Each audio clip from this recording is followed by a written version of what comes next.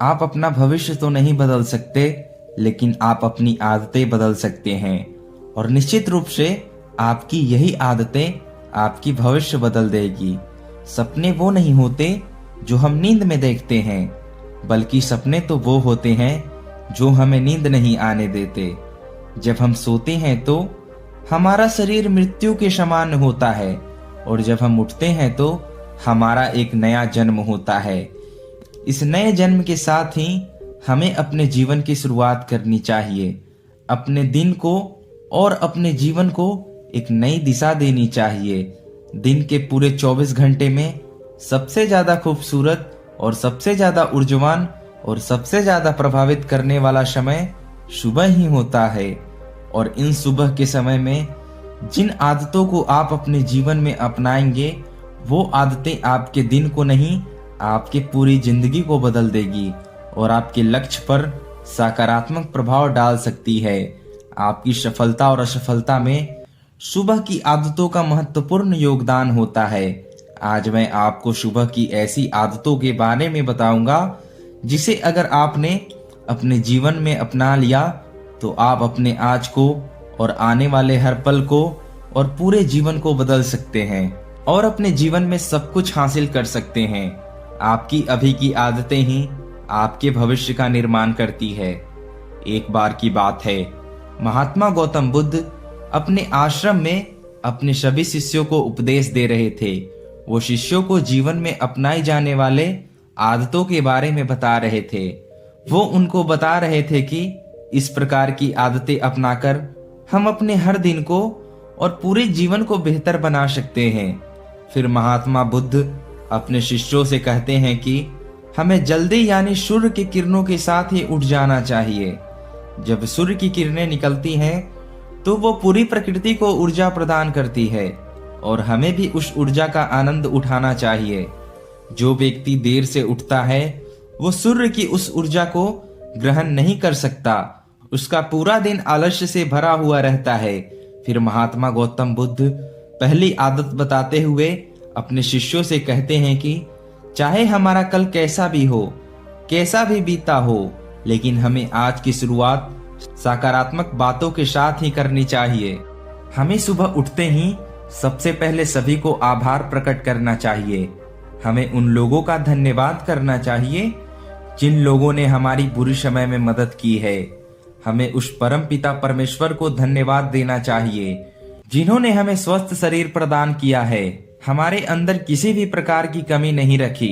हम स्वस्थ चल सकते हैं, बोल सकते हैं, सुन सकते हैं, इस प्रकृति की सुंदरता को देख सकते हैं। चिड़िया की चहचहाने की आवाजों को, नदियों की बहने की आवाजों को हम सुन सकते हैं, क्योंकि बहुत से लोगों ने तो ये देखा भी नहीं होगा क्योंकि उनकी आंख नहीं है।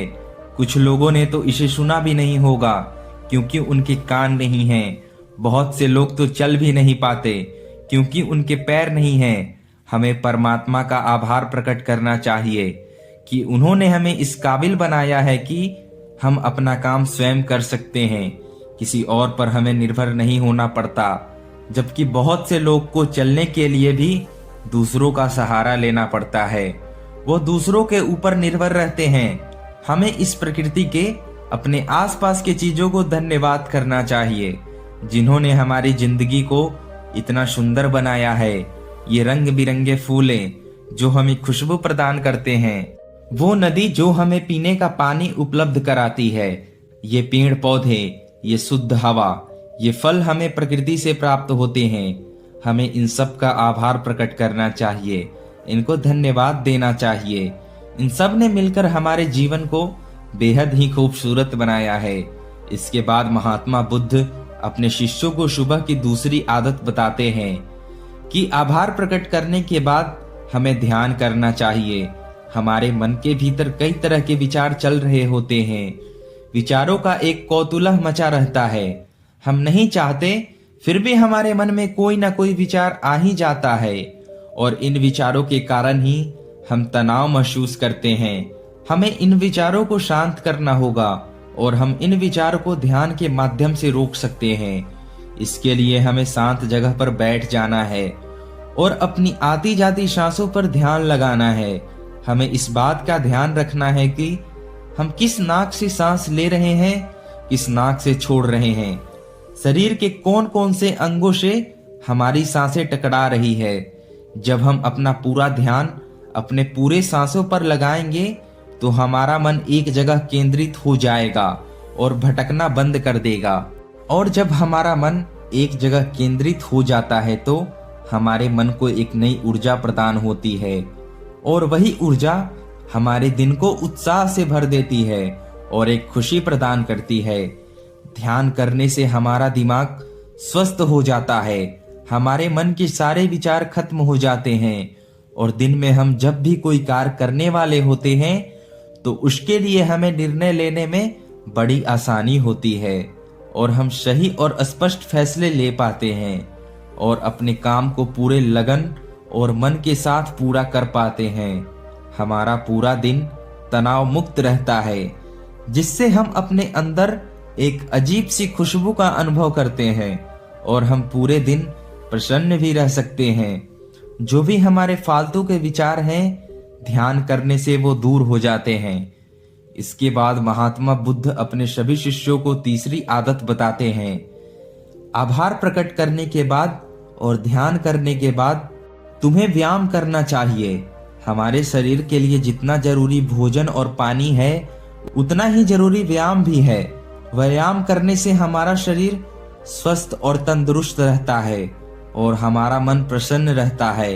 व्यायाम करने से हमारे शरीर के सारे अंग सुचारू रूप से काम करते हैं और हमें ऊर्जा प्रदान करते हैं और कार्य को करने की शक्ति प्रदान करते हैं, जिससे हम अपने हर कार्य को आसानी से पूरा कर पाते हैं और हमें थकान का अनुभव भी नहीं होता, जिससे हम बिना थके पूरे कार्य को हम जल्दी से पूर्ण कर पाते हैं। व्यायाम करने से हमारा शरीर स्वस्थ और निरोगी रहता है, हमें किसी प्रकार का रोग नहीं रहता। हमारे पास चाहे कितनी भी धन दौलत हो या सुख सुविधाएं क्यों ना हो, अगर हमारा शरीर स्वस्थ नहीं होगा तो हम किसी भी सुख सुविधा का आनंद नहीं ले पाएंगे। अगर हमारा शरीर किसी भी रोग से ग्रस्त हो जाए तो फिर उसे ये धन दौलत भी ठीक नहीं कर पाती है। स्वस्थ शरीर सुखी जीवन की निशानी है। जितना हम अपने शरीर को कष्ट देंगे उतना ही हमारा शरीर हमें सुख प्रदान करेगा और जितना हम अपने शरीर को आराम देंगे उतना ही हमें यह कष्ट प्रदान करेगा। इसीलिए हमें नियमित रूप से व्यायाम करना जरूरी है। व्यायाम करने से हम पूरे दिन प्रसन्न रहते हैं और अपने सभी कार्यों को आसानी से कर पाते हैं। व्यायाम करने से हमें दीर्घायु प्राप्त होती है और हम लंबे समय तक युवा नजर आते हैं। जो लोग व्यायाम नहीं करते वो समय से पहले ही वृद्ध नजर आने लगते हैं। इसके बाद महात्मा गौतम बुद्ध अपने सभी शिष्यों को सुबह की चौथी आदत बताते हैं। आभार व्यक्त करने के बाद, ध्यान करने के बाद और व्यायाम करने के बाद तुम्हें एक कागज और एक कलम उठानी है और उस कागज पर अपने पूरे दिन की दिनचर्या लिखनी है। अपने सभी कार्यों को लिखना है जो आप पूरे दिन करोगे और उन सभी कार्यों का समय निर्धारित करें, जिससे आप एक निश्चित समय में उन सभी कार्यों को पूरा कर पाएंगे और आपका कोई भी कार्य नहीं छूटेगा। और एक बात का ध्यान रखें, आप अपने उन कार्यों में एक ऐसा कार्य लिखें जिसमें आप किसी व्यक्ति और पशु की निस्वार्थ भाव से मदद करें, जैसे कि किसी गरीब को भोजन खिला दिया, किसी पशु को घास डाल दी या फिर उसे पानी पिला दिया। ऐसा करने से आपको शांति प्राप्त होगी और जब आपका पूरा दिन खत्म हो जाएगा तब आपको एक अलग ही खुशी का अनुभव होगा कि आज मैंने एक अच्छा कार्य किया है, आज मैंने किसी के निस्वार्थ भाव से मदद की है, आज का दिन मेरा बहुत ही अच्छा था, मेरा कोई भी कार्य नहीं छूटा, मैंने आज का दिन बहुत ही अच्छे से जिया। फिर महात्मा गौतम बुद्ध अपने सभी शिष्यों को सुबह की 5वीं आदत बताते हैं और कहते हैं, आभार व्यक्त करने के बाद, ध्यान करने के बाद, व्यायाम करने के बाद और अपने विचारों को कागज पर लिखने के बाद तुम्हें कोई प्रेरणादायक ग्रंथ पढ़ना चाहिए। जब तुम उस प्रेरणादायक ग्रंथ को पढ़ते हो तो तुम्हें उन ग्रंथों से प्रेरणा मिलती है कुछ नया सीखने को मिलता है और वो सीख तुम्हें अपने जीवन में कहीं न कहीं, कभी न कभी काम अवश्य ही आएगी। हमें रोज कुछ न कुछ सीखने को मिलता है और हमें रोज कुछ न कुछ नया सीखना भी चाहिए। जब तुम यह प्रेरणादायक ग्रंथ पढ़ लो, उसके बाद तुम्हें अपने आप से बात करनी है। दूसरों से तो हम हमेशा बात करते रहते हैं, लेकिन कभी अपने आप से बात करने का मौका ही नहीं मिलता। इसीलिए हमें अपने आप से बात करनी चाहिए, क्योंकि आपको आपसे बेहतर कोई नहीं समझ सकता। इसीलिए अपने आप को धन्यवाद देना चाहिए।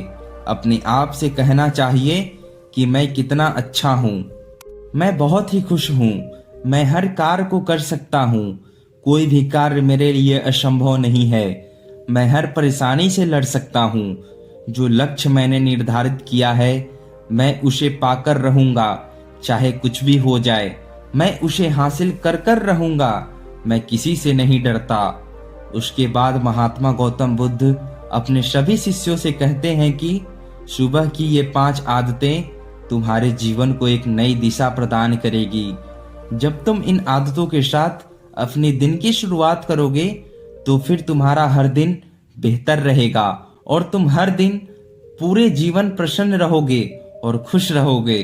तो दोस्तों, ये छोटे छोटे दिखने वाली 5 आदतें हमारे जीवन पर सकारात्मक प्रभाव डालती है। इन आदतों को अपनाकर हम अपने हर दिन को सुखमय बना सकते हैं और अपने लक्ष्य को प्राप्त कर सकते हैं।